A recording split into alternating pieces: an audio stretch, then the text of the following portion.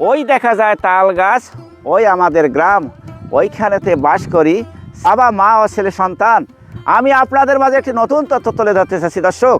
আমাদের বাড়ির আশেপাশে, আপনাদের বাড়ির আশেপাশে এরকম রহরহ বড় বড় রাস্তা আছে। আপনারা সিজন অনুযায়ী যখন তালের সময় তাল পাকে, ওই সময় আপনারা প্রত্যেকের বাড়ির আশেপাশে রাস্তাগুলোতে একটু দুটি চারটি করে তালের আটি রোপণ করবেন। এতে কি হবে, এলাকার মানুষের কিছু খাদ্যের চাহিদা পূরণ হবে। পাশাপাশি সরকারও তাল গাছ লাগার জন্য নির্দেশ দিয়েছে।